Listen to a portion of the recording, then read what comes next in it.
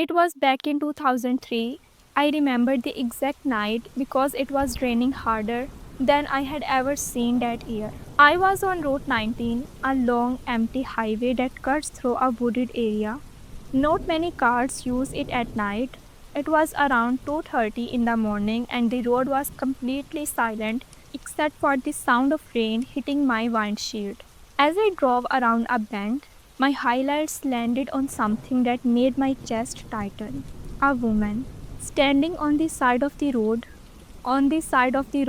barefoot, wearing a ripped white dress that clung to her like it was wet. Her hair was hanging down, dripping with water.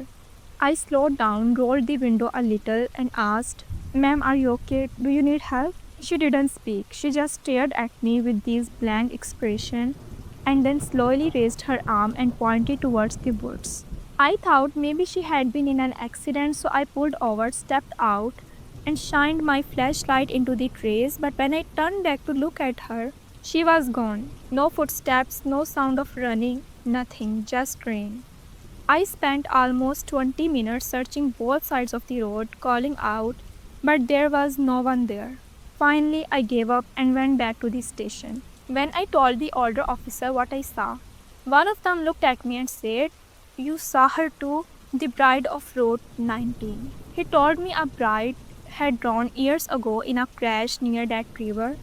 I'm not saying I believe in ghosts, but after that night, I never took Route 19 again, not once in my career. In 2011, I was a part of team assigned to check the underground storm tunnels in Los Angeles. Rumors said helpless people were living there, so we had to go in as a part of outreach. The entrance was covered in graffiti. As soon as we stepped inside, the temperature dropped. It was freezing even though outside it was warm. Our flashlights cut through the darkness, but the tunnels seemed endless. The walls were filled with strange drawings, figures with hollow eyes, twisted shapes that didn't look like normal graffiti. About 20 minutes in, we heard it, a child laugh, clear as day, echoing from deeper inside. We called out, "Hello, who is there?" No answer, but our radios starting hissing with static. Then faint whisper came through the static. Though none of us could understand the words, we pressed on. Suddenly, the sound of running footsteps echoed through the tunnel. Multiple sets of feet, fast moving just ahead of us. The tunnel split in two. From the left came the sound of crying, from the right came laughter. My gut told me to go left, so we did. We reached a dead end, nothing there, no people, no footprints. But on the wall, written in black marker, was three words: "You choose wrong." We got out fast. My hands were shaking the whole way back. 2 months later, I left the force, not because of the job, but because of that night. I was not afraid of criminals, but whatever was down there, it felt like it was hunting us. I was the 911 dispatcher in Chicago, but 2 years ago, I took a call that still keeps me awake sometimes. It was exactly 3:12 a.m. when the line lit up. I answered like normal. "911, what is your emergency?" A woman's voice came through, soft, shaky, almost a whisper. She said, "Help me, he is coming." And then the line went dead. I immediately traced the call. It came from an address on the south side. I sent patrol units over. Here is where it gets strange. That address, the house had burned down 2 years earlier. The fire killed a mother and her little girl. When I told the responding officer, one of them went pale. He said when they reached the spot, the air smelled like smoke fresh. Like the fire had just happened, but the house was still a blackened ruin. At first, I thought maybe it was a prank, but exactly 1 week later, same time, same number, the call came again. The same woman, the same words: "Help me, he is coming." The line cut off, just like before, and again, nothing was there. I don't know what I believe, but I will never forget the sound of her voice. Even now, I sometimes wakes up at night hearing it in my head.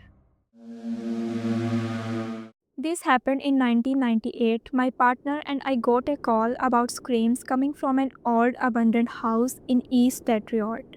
That neighborhood had a lot of empty buildings, but usually it was kids messing around. The moment we stepped inside, I knew something was off. The air was heavy, thick with smell of mold and rot. Furniture was overturned. The walls had a strange carvings on them, like symbols scratched deep into the wood.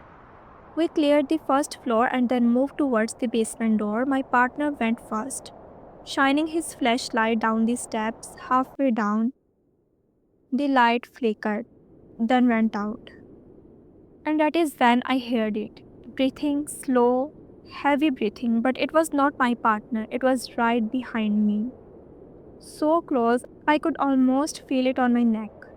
I turned fast, gun ready, but there was nothing, just darkness.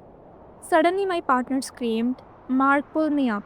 I lunged forward, grabbed his vest, and dragged him back upstairs. His face was pale, eyes wide with terror. He could barely talk, but he whispered, something was down there. It was not human. We called for backup.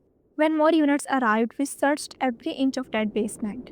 There was nothing. No footprints, no signs of anyone living there, but right on the wall, carved deep into the wood near the stairs, was one word: leave.